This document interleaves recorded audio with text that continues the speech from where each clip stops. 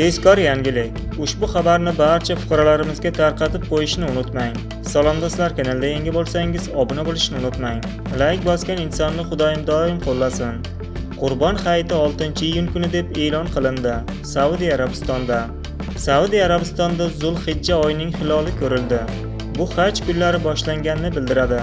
Nomli xabar tarqaldi. Aytilishicha, Saudiya Arabistonda 28-may kuni Zulhijja oyining 1-kuni, 5-iyun Arafa kuni, 6-iyun kuni Qurbon hayiti nishonlanishini ma'lum qildi. Ushbu yangilikni barcha fuqarolarimizga tarqatib ogohlantirib qo'ying. Fan olimpiadasi g'oliblari endi 1 milliard so'm, 72 ming AQSh dollari naqd mukofot pulini olishadi. Endi yaxshi o'qiydigan yoshlar uchun eng katta imkoniyat. Endi o'qimishli yoshlarning davri keldi. Farzandlaringizni ta'minotiga katta e'tibor bering. Buni yaqinlarga yuborib ogohlantirib qo'ying.